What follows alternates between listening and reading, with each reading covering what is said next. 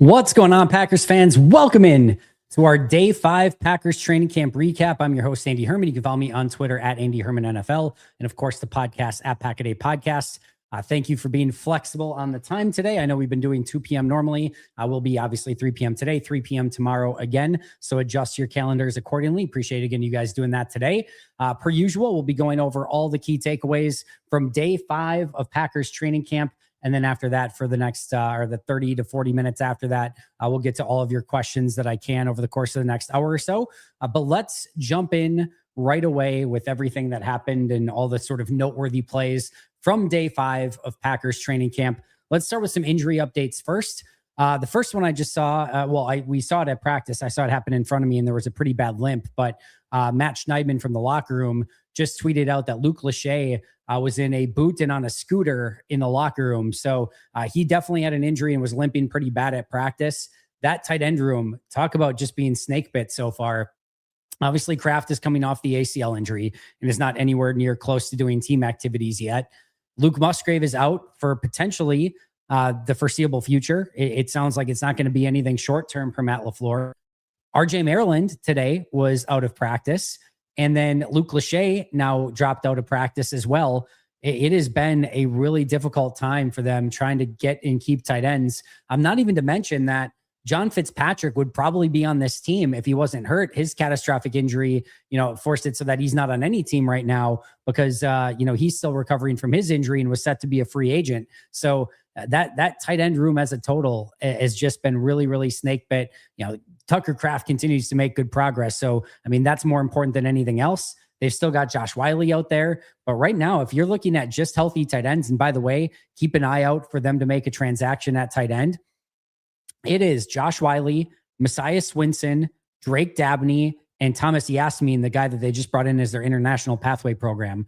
Those are the only 4 that are healthy and doing team drills right now at tight end following the injuries that happened with RJ Maryland with a hamstring injury, again, not practicing today, and Luke Lachey dropping out of practice. The other one I did not see, but there was a fan on the sideline that talked to me that said Jonathan Baldwin dropped out of practice. And then I saw a tweet from another fan saying that Jonathan Baldwin dropped out of practice and was limping pretty bad. So we'll try to get a little bit more of a confirmation on that. But there were a couple different fan reports out there that Jonathan Baldwin did go out with an injury. I did not see, any media members tweet anything about it. I asked a couple people and nobody had seen anything, but it sounds like Jonathan Baldwin also might have dropped out with an injury. Meanwhile, Carrington Valentine was not at practice today with a hamstring injury. So remember, he dropped out yesterday. It does sound like it is a hamstring. I don't know if I said this, but RJ Maryland is a hamstring as well. Some good news, Brant Banks, the offensive tackle, was back at practice and he was doing team drills already. So he seems good to go. Aaron Banks was out with a load management day today. So they continue to be very cautious with him, bringing him back from injury. Jiger Burton was doing team activities today. So yesterday he just did individual on his first day back.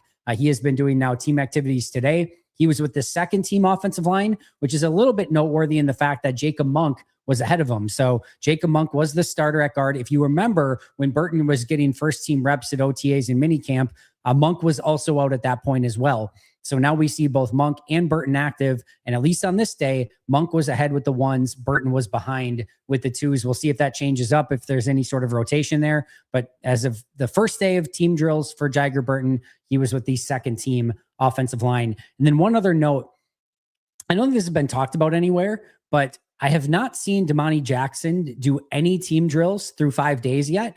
I remember he had some injury issues at OTAs and minicamp and was out. So while he is doing individual drills, he has not seemingly been cleared yet for team activities. So if you're wondering why all these draft picks are being talked about, but you haven't really heard anything from Damani Jackson, I'm pretty sure he has not done a single team drill yet, at least not that I have seen. And I was keeping a closer eye on it today, and I did not see him do any team drills today. So it seems like he is still individual only as he makes his way back from injury as well. All right, starting lineup today. Jordan Love at quarterback, Josh Jacobs at running back, Jaden Reed, Matthew Golden, and Savion Williams at wide receiver. Just a quick aside there. Christian Watson took the very next snap, if I remember correctly. He was very involved. I tell you guys all the time, don't read into the wide receiver number ones or anything like that. They rotate those guys through in a billion different ways. So don't read too much into that. Savion Williams has been working with the ones, the twos, and the threes. So take that for whatever it's worth as well. But don't worry, Christian Watson is still very much, I know Matt won't say it, but the number one wide receiver on this team. And Watson, Reed, and Golden are the top three. But on this particular day, Williams was in there for Watson on that very first play. Josh Wiley was at tight end, Jordan Morgan at left tackle, Jacob Moore at left guard, Sean Ryan at center, Anthony Belton at right guard, and Darian Kennard at right tackle. Barron Sorrell and LVN were your edge rushers. Pretty impressive, by the way, from Barron Sorrell so far that he has held off all comers for that number one edge spot. There's been a lot of rotations on defense, and certainly you see DDS and Brenton Cox and those guys, Colin Oliver getting some reps with the ones from time to time. But so far, every single day when they put their starting lineup out there, it's been LVN and Barron Sorrell so far. Carl Brooks and Nasir Stackhouse were your interior defensive linemen, Zaire Franklin and Edgerrin Cooper at linebacker, Keyshawn Nixon, Javon Bullard, and Brandon Cisse at corner, and Xavier McKinney and Evan Williams were your safeties. That was your starting lineup. Let's get to some notes from some things that actually happened at practice, what you're actually probably here for more than anything else. Lots of Jordan Love to Matthew Golden. I talked about recently how Sturdivant might be in the lead so far for most receptions. Matthew Golden might have caught him today. Multiple catches over the middle of the field, really working that center area. And we heard all about, Matthew Golden playing the X spot and kind of taking over for Romeo Doubs. We know what Christian Watson's going to be on his side. We know what Jaden Reed is as the slot wide receiver.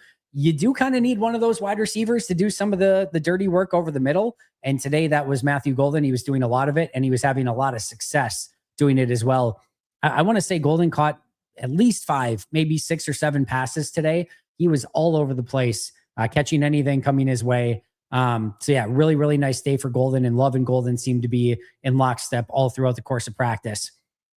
Love and Watson had some interesting moments early on. Love hit Watson on a crosser, very dynamic. I think he hit him in another crosser a little bit later, but also a couple what I would say would be misses. So deep ball down the field to Christian Watson. I forget who was in coverage on that particular play, but it was pretty well contested. Jordan threw it perfect. And I mean perfect. It hit Watson in the hands. Now there's 2 defenders around him. They're both contesting it. And then Watson has it in his hands and goes to the ground and it pops out. And Watson, slammed his fists against the ground after the play, was clearly upset he didn't come down with it. That's one where it was not an easy play, very contested, and you had to survive the ground, but Love put it on him beyond perfect. And Watson had a legitimate chance to come down with it, and he couldn't come down with it. And then later in the 2-minute drill, which we'll talk about in just a little bit, there was a kill shot where Jordan took the shot down the right sideline to Christian Watson, and Watson had his guy beat, and he was open on the far sideline for what would have been a game-winning touchdown in that situation. And Love tried to lead him, and I think wanted to put it in a spot where only Watson could maybe get it and lead it towards the back shoulder. So if he didn't, get a touchdown, at least he was going to get out of bounds, and maybe just trying to be a little bit too perfect. But Watson's open on that play. I mean, pretty open. And Love gets him a little bit too far outside, and Watson can't come up with it. I think it would have been out of bounds anyway. So Love missed on that one. And that's just one of the ones that you really want to take advantage of. So this is sort of in some way, shape, or form, like kind of the classic Love to Watson. It just, and they obviously make a lot of plays together, but it just feels like there's so much opportunity out there for those two. And it feels like they are so close to just being, close to nuclear if they just can connect on this stuff. And on the one that Love threw perfect, was a little bit more contested, but Watson couldn't come down with it. And the one where Watson just kind of easily beats his guy, Love doesn't make the perfect throw on that one, and it ends up falling, incomplete and going out of bounds. So if they can just get that cleaned up a little bit, there's so much opportunity for the offense. I'm sure they will going into the season, but just a little bit off on this particular day. I would say it was a little bit of an up and down day for Jordan Love. Early on, he was on fire. I mean, he was hitting everything. And then as some of you may have saw, I tweeted it out saying Love is hitting everything. And just as I was tweeting that, there was a little out route to Sky Moore, and he was wide on it and it was incomplete. So that was his first miss. And then the very next play, he came back and hit a crosser with just absolute precision. I mentioned he had the deep ball to Watson that should have been complete. There were a couple other ones that, there was a drop by Sky Moore a little bit later. There were a lot of really, really, really good throws in this practice from Jordan Love. But then he had the missed deep ball to Christian Watson. And a little bit later, he had his very first interception of camp, which it's day 5, and this was his first interception. Not too shabby, right? But there's pressure on Jordan, and it's a crosser to Jaden Reed. And you can tell, I think he probably had to fade a little bit. I didn't see it, but just even seeing how the ball came out, my guess is he did. And just to kind of get the throw away. And he's leading Jaden Reed, and it's just a little high and outside. And Reed can't get fingertips on it. And it just goes outside, and Xavier McKinney, doing Xavier McKinney things, makes a ridiculous diving interception, hangs onto the ball, and gets the interception on that particular play. I think that's been even the first. There was a play to Nixon yesterday that Nixon had the opportunity to get his hands on. But even if he did, I think Nixon would have been out of bounds on that play. So I think this was really like the first true turnover-worthy play from Jordan Love. And even that, like, the throw was there. I saw what he was seeing. I don't have any issue with the decision on the play. Just, I think because of the pressure fading a little bit, just got a little high and wide. Reed couldn't get fingertips on it, and Xavier McKinney made a great play to intercept it. So some really, really good throws from Jordan in this practice, but his first interception and a couple misses here and there, including a big shot downfield to Christian Watson. So a little bit Jekyll and Hyde from Jordan Love on the day. Let's see, what else do we have? We had corner blitzes. Corner blitzes are continuing from Jonathan Gannon. They do not seem to be going anywhere. We saw quite a bit of them again. And early on, Brandon Cisse had a would-be sack off of a corner blitz. So that's given the Packers offense some trouble so far.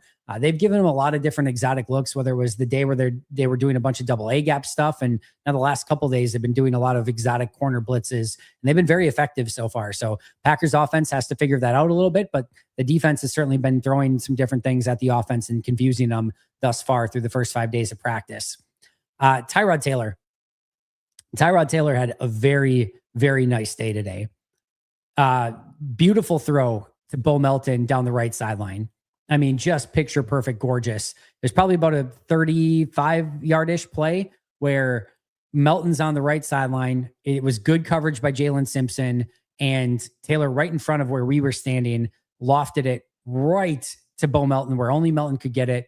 It ended up being I wouldn't say an easy catch, but it lands right in his hands. And then, he's got to get his feet in before out of bounds. So it's really a great catch too from Bo Melton, but beautiful, beautiful connection from Tyrod Taylor to Bo Melton on that particular play. And we're going to talk about another one that he threw in just a moment too, but really nice day from Tyrod Taylor overall. Certainly his best day of Packers camp so far. And then my guy, Anthony freaking Campbell, out of nowhere. What a camp he has had so far. Guess what he did?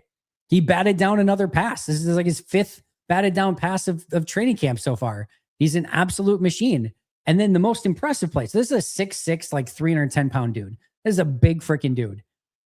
Tyrod Taylor's rolling out, and Anthony Campbell chased him down, like made an unbelievable play where Tyrod Taylor had to throw the ball away. 6'6", 310 Anthony Campbell chased down. And I know Tyrod's not as spry and as young as he once was. He's still a pretty darn athletic quarterback. And on the bootleg, now, obviously Campbell took the angle to him, but even still, what an impressive play that was. And then he had to run stuff later on against Damian Martinez. Of all people, Anthony Campbell. And he's continuing to get reps with the ones as well. So really, really solid start to camp for him. Let's see. Marshawn Lloyd. I thought Marshawn Lloyd continued to have a really good camp. He had a couple really explosive runs on this particular day. And again, just able to bounce it to the outside, able to run inside the tackles, just that little bit of extra juice and playmaking ability showed out today, and he had a couple of really nice runs. Then you had Jordan Love, who completed a deep ball down the field to Jaden Reed, which might have gone for like a 60-yard touchdown. This sometimes is the beauty of training camp, where you just can't always tell exactly what's going on. And this is from all of us on the sideline as we're trying to get a consensus as to what happened. So it's a blitz from the defense, and it's a deep crosser from Jaden Reed. And in this situation, the defense has a great play call because you're trying to hit that deep crosser, and the defense is trying to get to the quarterback before he can get to that deep crosser and before it develops. And Edgerrin Cooper's on a blitz on the play, and Cooper blitzes through the line, and you guys know how freaking fast Edgerrin Cooper is. And he was on Jordan Love pretty damn quick. However, Jordan Love gets the ball off and hits Reed in stride, and Reed goes uncontested for a while. And then here's another one where in a real game, would Kitano Ladapo been able to run him down? Maybe, and maybe he doesn't get a touchdown. But again, in this situation, I think Reed probably would have gotten in from a practice standpoint. The interesting thing here is, again, you're blitzing on this play to get to the quarterback before he can hit that type of throw.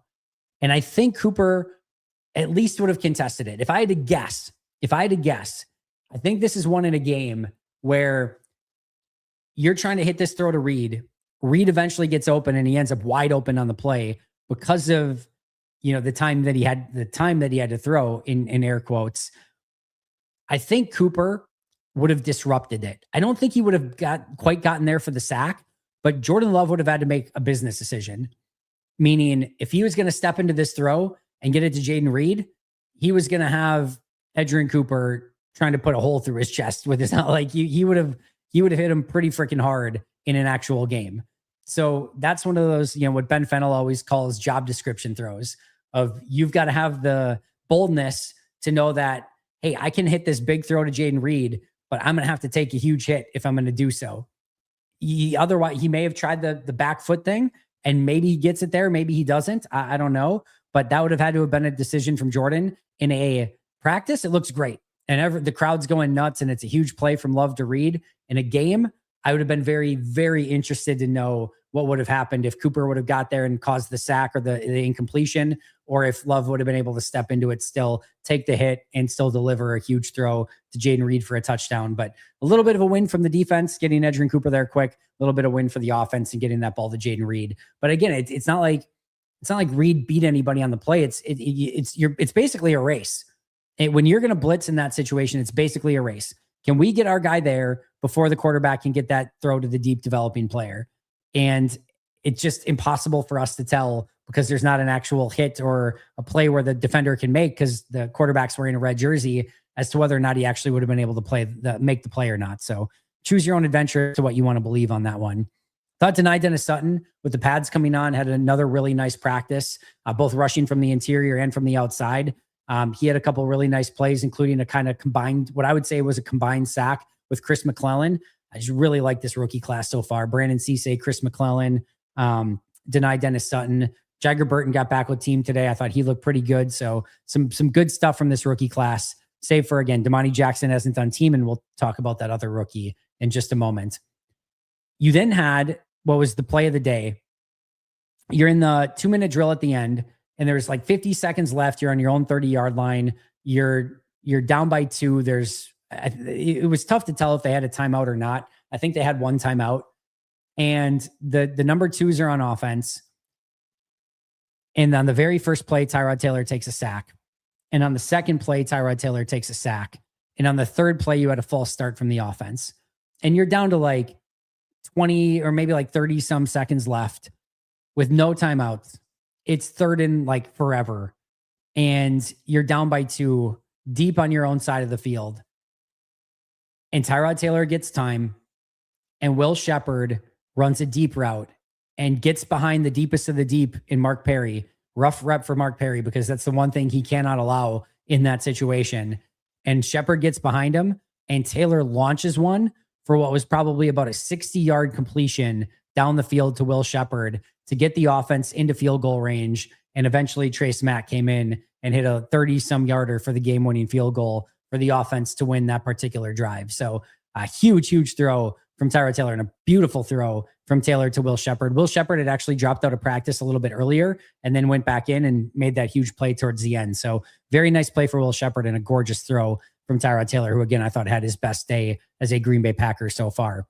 And then the final 2-minute drive, you had Kyron Drones coming in at quarterback, and he was trying to hit somebody over the middle. I didn't even see who it was, but TJ Quinn went up in the air, a little bit of a bobble, but came down with the ball and came down with the interception. So very athletic play from TJ Quinn to come down with that interception to end that 2-minute drill and get the win for the defense. As far as the number 1's offense in that same drill, again, 50 seconds left on 30-yard line, maybe one timeout, tough to tell.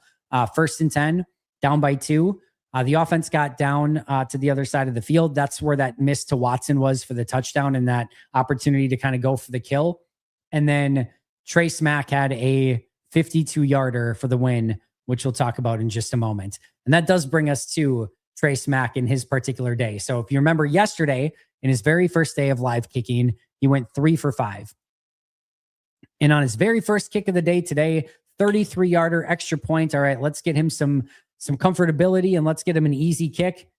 So much for that. Wide right. Missed the extra point from 33, wide right to start the day. And then he made his next 3 kicks. So good from, it was like, I don't know, it was like 40 or 38, 40, 44, something like that. And then he had a 55-yarder and it was not even remotely close. I missed it wide right by a mile. And I think it might have been short too. So just a ugly kick on that particular one. So it goes 3 for 5 in the field goal kicking activity.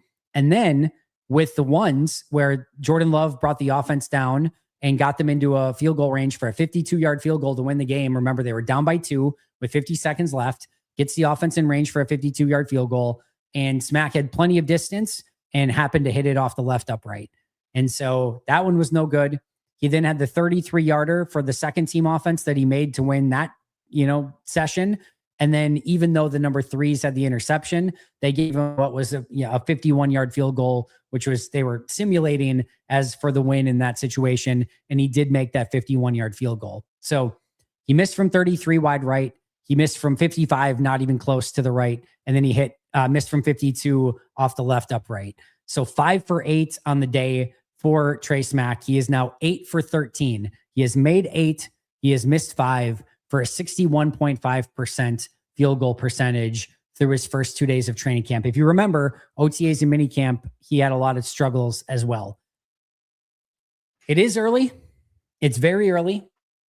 Trace Mack's career will not be defined by these first couple of days of training camp, but we are now in the point, a couple of days into camp and seeing what he did at OTAs and minicamp, that we're past the first impression stage. We've got our first impression, and the first impression is, it's not great. It's not great at all. I would have zero confidence if there was a game tomorrow and Trace Mack had a 45-yarder game on the line. I would have zero confidence. It would feel like a true coin flip as to whether or not it was going in. And that's obviously not where you want to be going into the season. Now, the good news is there is not a game tomorrow or this week or next week or the following week. You've got, about a month, a little over a month to get this thing right and hope that Trace Mack can find a level of consistency before the season starts. But right now, it is seemingly a major work in progress. And by the way, that's okay. That is completely okay in the here and the now. And I talked about this at OTAs and minicamp as well. There is an adjustment period. He's not even with his normal long snapper right now. So Matt Orzik is out. Remember, Cal Adamitis is in there. He's working with a long snapper and a holder in the NFL for his first time. He's still working through this. They're still relatively new to being a battery together. And again, the long snapper his long snapper he's supposed to have is gone. On top of that, you've got a new K ball that you didn't have in college. The hash marks are different where you're kicking from. So it's a totally different, game. Just like any other position, there is a learning curve that comes with it. And the hope is that he continues to get better over time. But again, first impressions have been very, very, very shaky for Trace Mack so far. All right. That's what I got. We've got a lot more to go over on tomorrow's show. There's a lot more that happened, but those were kind of the main things that I wanted to go over. If you guys don't check out the full review shows of everything that happened, obviously you're going to get some of the stuff that we just talked about, but we go through a lot more detail on the full deep dives. So check that out tomorrow morning. That'll be out, I think 4 a.m. Central Time tomorrow. So make sure to check that out. If you're a Pack-A-Day member, you get it as soon as it's uploaded, which quite frankly, lately has been like 3 or 3:30 in the morning. So you don't get too much of an advantage there, but yeah, that'll be up tomorrow morning for you. I'll get to all of your questions in just a moment. But before we get there, I do want to get our prize picks in for today's show. Give me 1 second here. Share our screen. All right. I'm going to go baseball again. I'm feeling good after the Brewers finally made a trade. All right, let's see. I actually saw one. We're going to go Schlittler for New York. We're going to go more than 4.5 Ks. Ooh, I'm going to go Terang too. More than 1.5 hits, runs, and RBIs today. I feel good about that one. And what else do we got? Do we have any other Brewers ones here? I'm going to go. I'm going to go. I'm going to go fewer than 4.5 hits allowed for Bubba Chandler. So Bubba Chandler, fewer than 4.5 hits. Bryce Terang, more than 1.5 hits, runs, and RBIs. And Cam Schlittler, more than 4.5 Ks. Per usual, nice and simple, easy $5. We're going to submit our lineup. And it is as easy as that to get those picked in. It would have been a lot better if I actually showed my screen the entire time. But there you go. There are my picks for today. Sorry, I thought I had that up there for you guys. But as you can tell, there are a ton of options out there for today. And again, a ton of different sports, WNBA, soccer.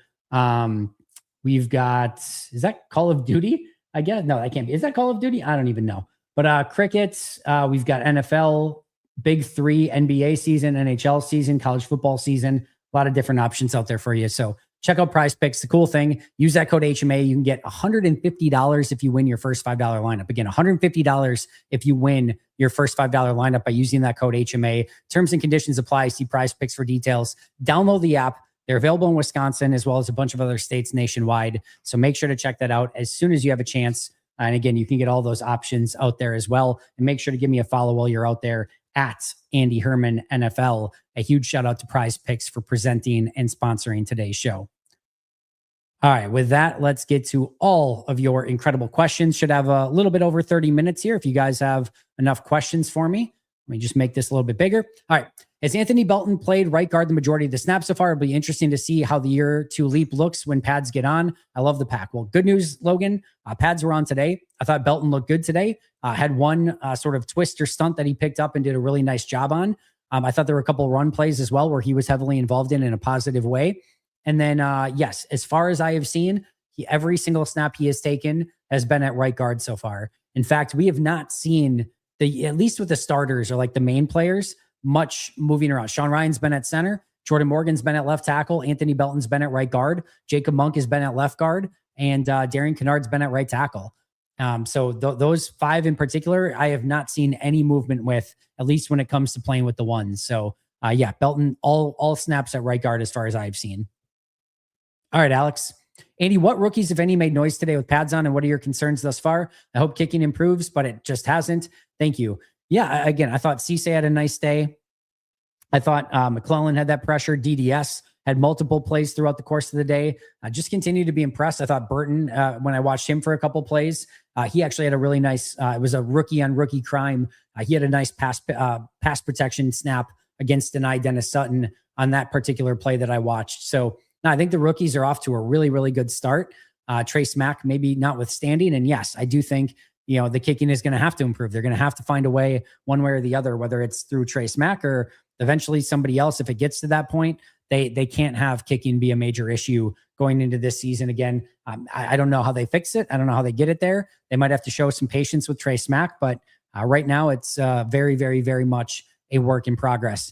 Concerns thus far, I would say, the kicking one is probably the biggest at the moment. And then again, just kind of getting guys healthy. We don't even know what this offensive line looks like because Baku Buwale, Zach Tom, and Aaron Banks have not been in there with the ones on the offensive line. We don't know what this pass rush can be because Devontae Wyatt, Javon Hargrave, and Micah Parsons obviously have not been out there with the defensive front. So you're kind of going like backups against backups, pass rush against pass pro, or even just, in run defense and run offense, same thing. So it's a little bit tough to tell at this point in time.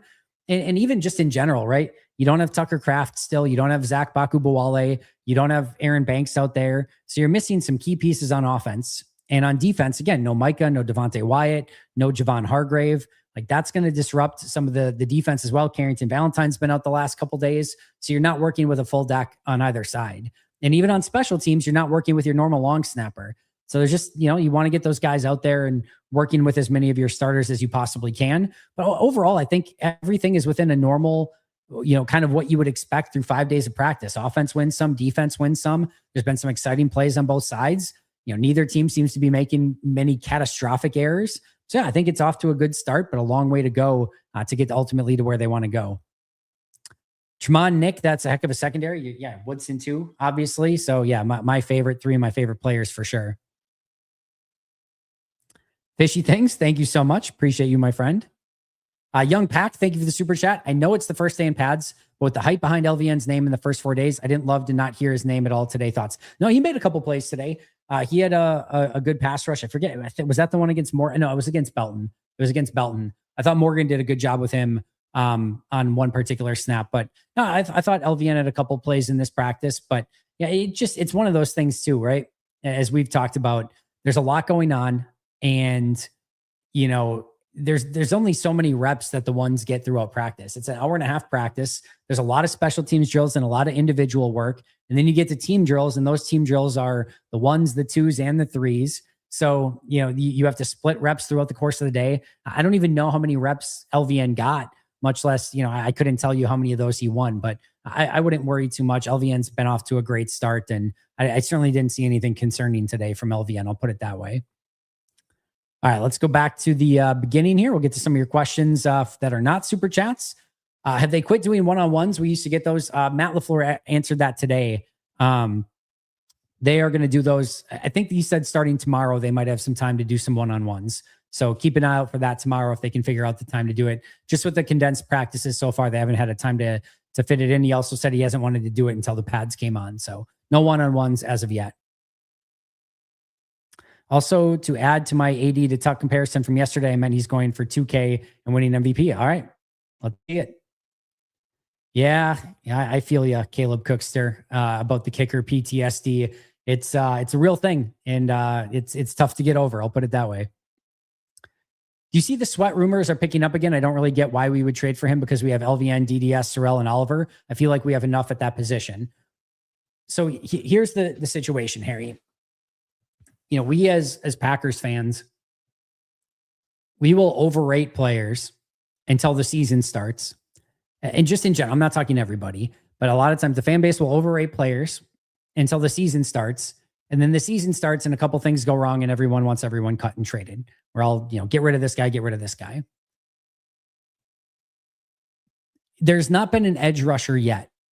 Barron Sorrell, Brenton Cox, DDS, Colin Oliver, Aaron Mosby, keep going as long, Nigel Lee Kelly. There's not been anybody yet who has made any significant noise along the edge. All right. So have they been good? Sure. I think DDS has made some plays, but DDS, the majority of his plays have come as an interior rusher, not as an edge rusher. I don't recall seeing Barron Sorrell win many reps at edge. Honestly, he hasn't been losing reps, I wouldn't say, but it's not like he's dominating anything. Colin Oliver is very much still a work in progress. He had a win against it was Dalton Cooper yesterday, but that's a number 3 offensive tackle. So there is nobody yet that would make me say, oh yeah, they're set at edge. And even LVN, while I'm very optimistic and people are very, very high on him right now, we have not seen him be a big time productive pass rusher at the NFL level yet. So going into the season, I still think it's a major question mark. And all of a sudden, if you have LVN and Josh Sweat, I feel a heck of a lot better. And then you can still keep 3. I mean, DDS and Barron Sorrell are going nowhere. Brenton Cox, it may be, but you might even be able to trade Colin Oliver, one of those guys within, like a Colin Oliver within that trade. It's like Colin Oliver and like a 3rd round pick for Josh Sweat, or Colin Oliver in a 4th or something like that.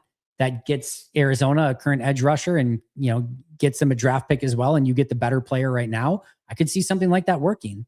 So I wouldn't let really any of those guys dictate that you can't move forward by getting an edge rusher.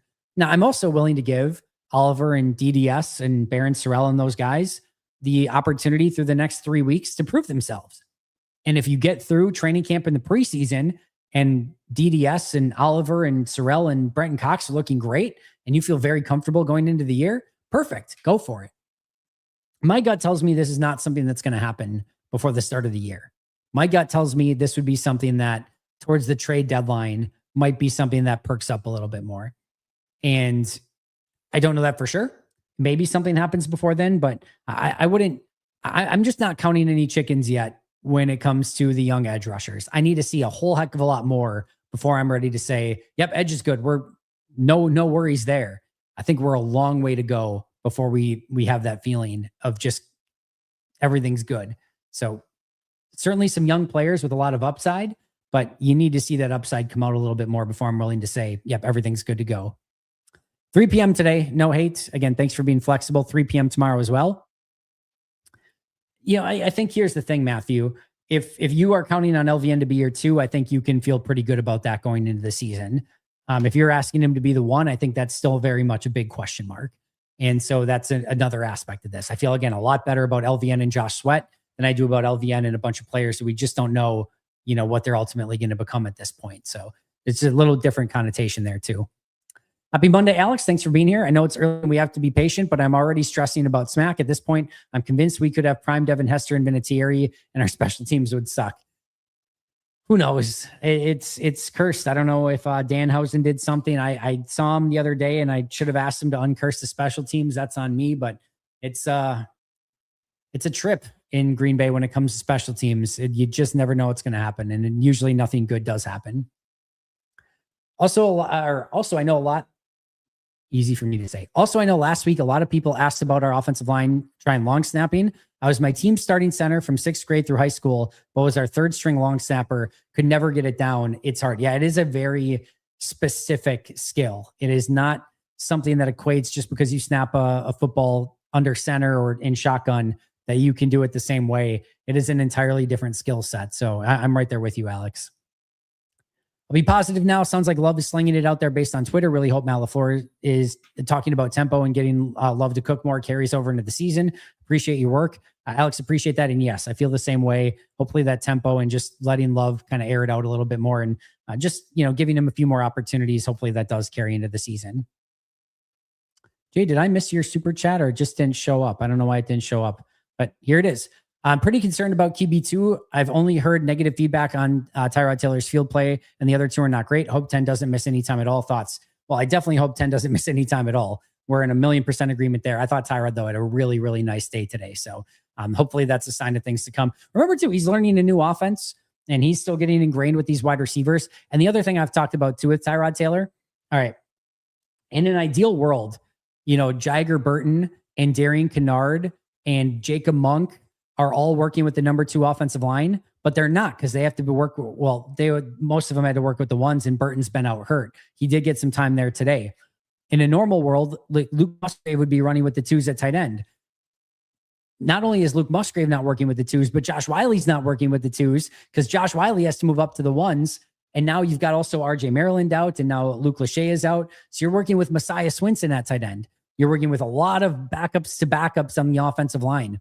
So, and even at wide receiver, it's not as deep as it once was. You will every once in a while get Savion Williams out there, and you still get Bo Melton, Sky Moore. You get some good receivers that are out there, but Tyrod Taylor is not cooking with a full kitchen right now when it comes to the number 2s on offense. It is a bit of a struggle out there for some of the pieces around him, and he's doing his best to kind of juggle it and make it work. I have no real concerns about Tyrod being the number 2. If you put him in that offense with Matt LaFleur dedicating time to him like he did with Malik Willis when they got to the backup quarterback, he's going to be in a very, very fine spot. I have no concern at this point in time.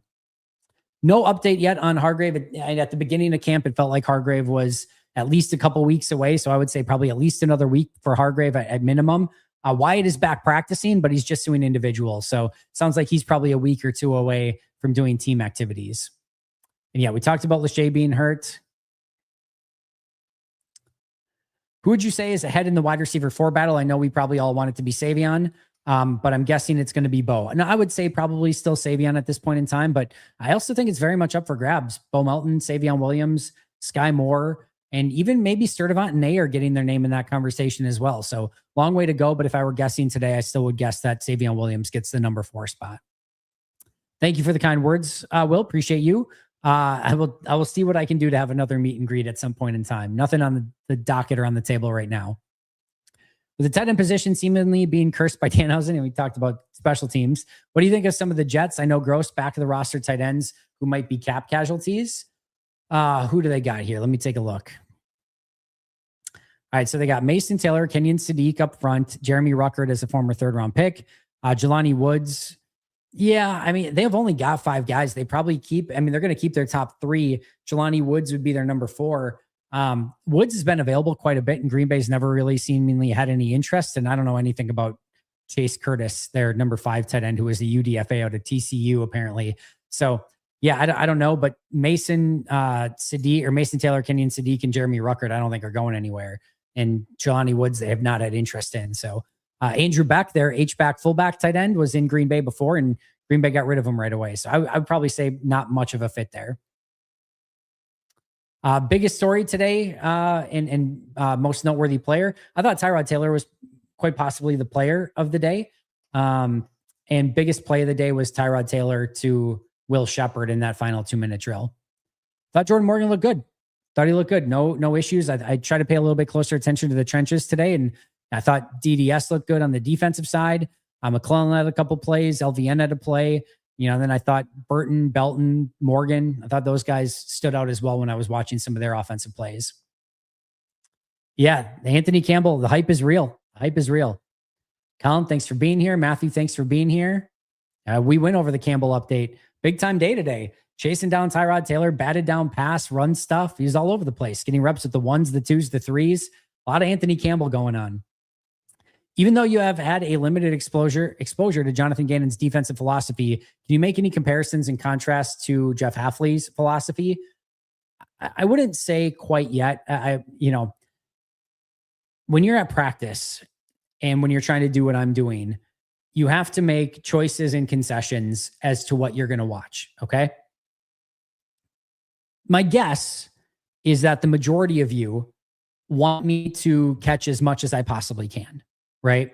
That I can break down and tweet out and talk to you guys about all of the big plays that happened and all of the noteworthy stuff that happened. Okay. If I choose to focus on scheme and, formation and tactics, I'm going to miss individual players and who's in and what's actually going on the play.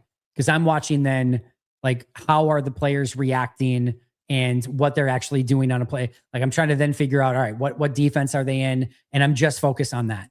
And if I tweet out Packers were in a, cover 4 on that play, great. Nobody cares. Right. So that's one thing I can't spend as much time on. I'll spend a lot more time on it in preseason and obviously in the regular season when I get access to all 22. Also, sometimes it's very difficult to tell in a sideline ground view exactly what's going on schematically on the field. So you're making that concession of that's not something I'm going to be able to spend a ton of time on at ground level sideline view of training camp. And it just doesn't have that much, value / ROI, if I'm being honest as well. Same thing where, like, I know we talked about keeping a little bit of a closer eye on the trenches and things like that, which I did today. I spent a little bit more time watching it, but there are plays where I would love to watch, all right, let's watch Jordan Morgan this play. I'm just going to watch Jordan Morgan. You watch Jordan Morgan on the play and you miss the other 21 players and maybe 20 players because Jordan Morgan's going against somebody, but you're missing the other 20 players and you might even miss the result of the play if you're just watching what Jordan Morgan is doing on any particular play. And what makes it really difficult is I could watch Jordan Morgan on a play and Jordan Morgan's set to go up against LVN. And like today, there was a specific play where it was Morgan versus LVN. And you know what happened? LVN dropped into coverage, into a zone coverage, to a fire zone. So I could be watching Jordan. I'm just going to watch Jordan Morgan on this play. Jordan Morgan didn't block anybody on that play because his man dropped into coverage. So now I just wasted a full play watching Jordan Morgan and he didn't even do anything. And I missed what the other 20 players were doing, and I just watched him get in his set and do nothing. So to sit and watch like a specific player and be like, oh, I wonder what so-and-so is up to. Let me watch him. I can start plays sometimes, like the other day, and it just happened to work out well. It was Savion Williams versus Benjamin St. Juste on the outside. And it was the 2s. And I'm like, that's a fun battle. That's a 6'4" wide receiver against like a 6'3" corner. I want to watch it. And so I watched that play. And it just so happened that was the one that Benjamin St. Juste jumped the route and got the interception against Tyrod Taylor on that play. So that one worked out well. But you will take those chances sometimes and watch a matchup or a player and nothing happens. And now you miss 20 other guys doing stuff. So you have to make concerted efforts and just kind of concessions of times of what you can and can't take away. And sometimes you can't just go hunting for, I'm going to watch this one player and see what they do for, even one snap, much less 5 or 10. And, sometimes it's really tough to pick up on scheme and some of that stuff when, again, you're just trying to watch as much as you humanly can throughout the course of the play. So I can tweet it out and give you as much detail and then actually talk about it on our shows as well. So once all 22 comes out preseason and in the regular season, we can obviously talk about that more. Obviously 3-4 instead of a 4-3 playing a lot more cover four. We have seen that as well. And just a lot more exotic looks, a lot more double A gap blitzes, a lot more corner blitzes. Yeah, he's been in his bag so far, and just seemingly a lot more, I would say, aggressive slash creative than what we saw out of Jeff Hafley, especially last year. So I'd say those are some of the key changes so far. Ike, thanks for being here. Go Pack Go. Vintage, thank you for the kind words. As a Cardinals fan, I hope May and Joe do well for the Brew Crew. I like that trade from Milwaukee. I do. May has the profile of somebody. He was obviously a top prospect kind of coming out, and somebody that I think the Brewers can maybe make into one of those high-end starters again. Excited about that. And yeah, JoJo's a very good reliever as well, and should be able to be used in some longer and in some high pressure situations. So I think that was a good deal for Milwaukee. More likely to trade for a true nose or a number two tight end, or just a tight end in general, I would say at this point. Yes, Tyrod Taylor. The question is quarterback 2 to start the season on the roster yet? And yes, Tyrod Taylor is, and he will be the number 2. Could the issue with kicker possibly be Whalen? Our consistency at kicker has struggled since he's been the punter. I've been watching the holds. The holds have been good. There have been a couple snapping issues, just a little high, a little wide, things like that with Adamitis in there. But to me, from my very raw and naked eye, I have seen no issues with the hold so far from Daniel Whalen. We'll get to record prediction as we get closer to the season, and I know what the injuries and depth charts and everything like that look like a little bit more going into the year. So ask me, you won't have to ask me. I'll definitely go over it before the season starts. Maybe Goody can look into combining Musgrave, Lachey, and Maryland into a single player. I wonder if that player would even be that good. That'd be an interesting experiment. Feels like there's so much smoke for Josh Sweat wanting to reunite with Jonathan Gannon. I'm sure he does. He went to Arizona specifically. We talked about this very early in the process. He went to Arizona specifically to play with Jonathan Gannon. He was with the Eagles. Josh Sweat was when Gannon was there. He became a free agent. Gannon got the head coaching job in Arizona, and Sweat specifically signed with the Cardinals because he wanted to stay with Jonathan Gannon. And as soon as Jonathan Gannon got fired from the Cardinals, Josh Sweat wanted out. Guess who he probably wants to play with? Jonathan Gannon. Whether that happens or not, your guess is as good as mine. What position group do you think has the best chance to go from worst to first? Not good enough to good. Offensive line, defensive line, edge, corner. Well, I mean, edge has every right to be as good as it wants once Micah comes back, if a couple of those guys hit. So, I mean, that's an easy one just once Micah gets back. But I'm going to actually say corner. I really like what I see from Brandon Cisse. I've liked what I've seen from St. Juice. And quite frankly, Keyshawn Nixon, since coming back and in team drills, has been really good so far. So, I'm not going to hold my breath too much on that aspect of it. And Valentine's out a little bit right now, but they just got Kamal Haddon back. I'm going to say corner. I think corner can take a pretty significant jump with the new bodies that they have in that room. How can you go wrong when you have a Messiah in your camp? All right. I'm all in on the hopium with Trey Smack. 3 for 5 yesterday, 5 for 8 today, making his kicks from 50 now. Sounds like he just needs to get confidence in kicking in more snaps. Thoughts? Yeah, I mean, I don't know. What's 5 for 8? 5 of 8 is 62.5%. So he went from 60% yesterday to 62.5% today. Just watching him, I did not gain any confidence today in Trey Smack. I'll just put it that way. Doesn't mean anything. Long way to go, but he did nothing to shed my fears of the kicking position right now.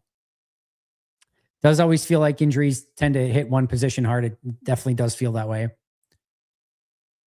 Morgan had some rough reps at right guard last year in pass pro. As Mike Wall says, it gets harder on the O-line the further you get from the ball. It's early, but how does Morgan project at left tackle? I mean, he's always projected at left tackle. And he projected as somebody who could play multiple spots, but this was a spot he played every snap in college. And you can just tell he just looks so much more comfortable at tackle. I'm not saying significantly better or anything like that. I'm just saying he looks so much more comfortable. Like he's not thinking that he's just natural. Natural is the better word. He looks so natural playing left tackle. He never quite looked natural playing guard. Just kind of as simple as that. And for some people, it's easy to switch between positions. And other people, it's very, very difficult and it doesn't come naturally. And although Jordan Morgan was somebody that you looked at on paper and said, yeah, he could have 4 position versatility, just didn't work that way. When he played preseason at left tackle last year, he looked natural. He looked good. And he's looked natural and good at left tackle so far. How good he is, that is still a major question, but I like him much better at left tackle so far than I did at guard. Came for the Packers news, staying because I'm a Cardinals fan and I want to know more about these prospects we're getting in return for May and Romero. That is stretching my limits. I know who they gave up, but I don't know either of those players. I know like the top 10 Brewers prospects pretty darn well. I didn't know either of these ones that well, if I'm being honest. So I'm not going to pretend like I know exactly their hind. I think it was like the 11th and 13th players in their system though. So I know a couple of friends who know the team very well, and they weren't super thrilled that the Brewers had to give up both of them. So I can just give you that at least. How many games our kicker is going to cost us this year? At least 3 games a year has been lost by a bad kicker since Crosby left. Can you name a Super Bowl winner that didn't have a reliable kicker? Probably not. I mean, there's just too many big kicks that you need to make along the way. You have to have somebody that can step up and make clutch kicks. And hopefully Trace Mack can be that guy. Hopefully that's the case. Anyone who surprised me with pads on?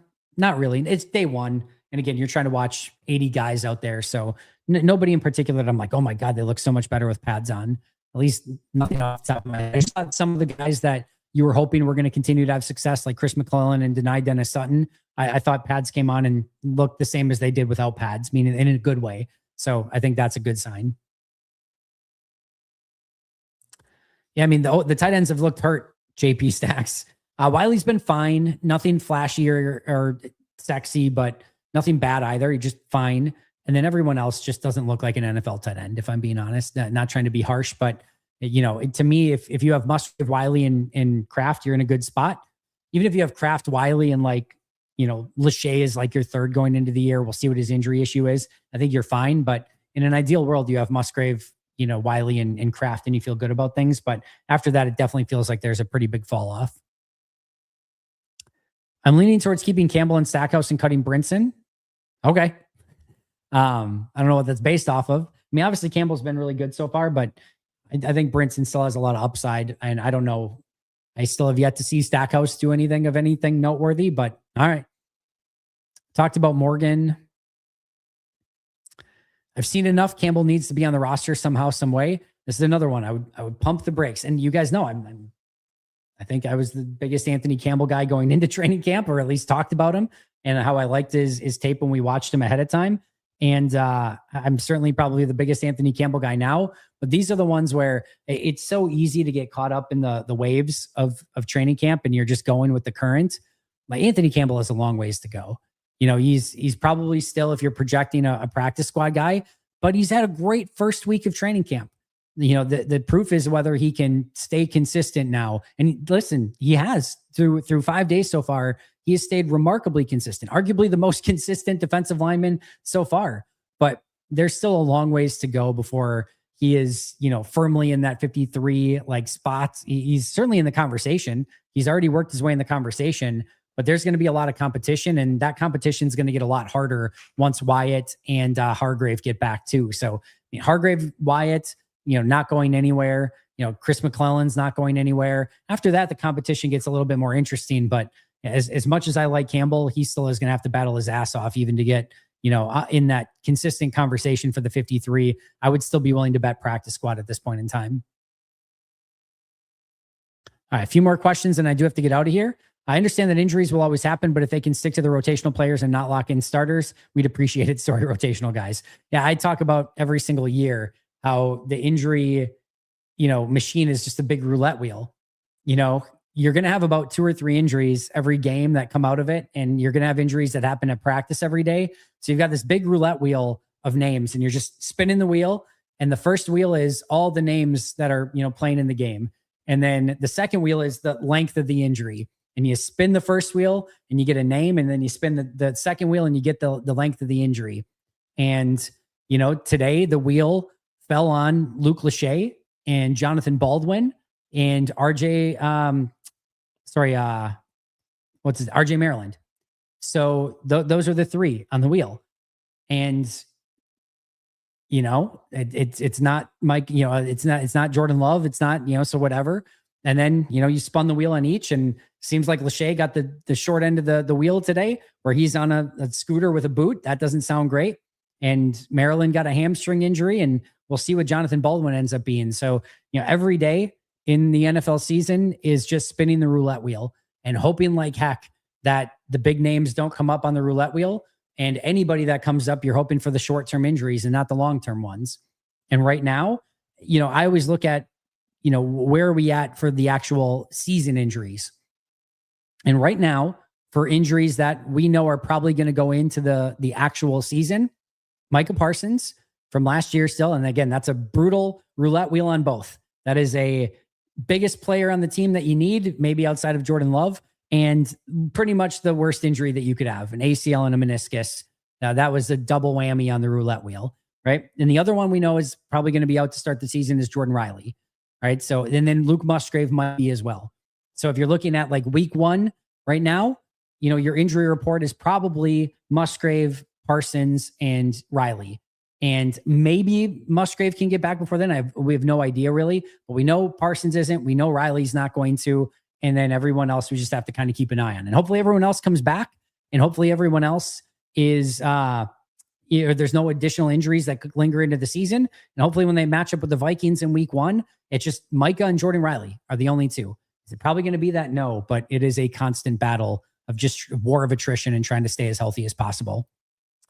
Barron's doing fine. Nothing sexy, nothing flashy, but no major errors either. I talked yesterday about how he did a great job of covering Josh Wiley in the flat off of a bootleg and earned some praise from Jonathan Gannon on that particular play, but nothing big from like a pass rush standpoint that I have at least noticed. But as I'll always say, there's a lot going on out there and I certainly can't catch everything. GRYPHON Braun, Gary Phone Braun.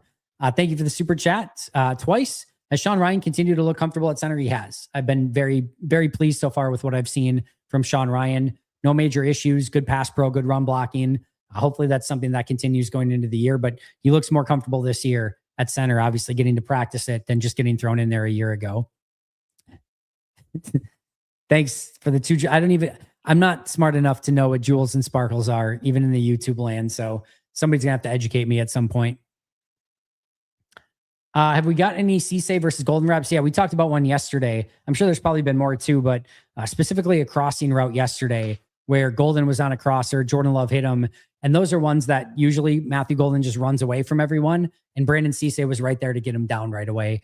So not many people can match speed with Matthew Golden, but Brandon Cisse certainly in that conversation with his great speed that he has.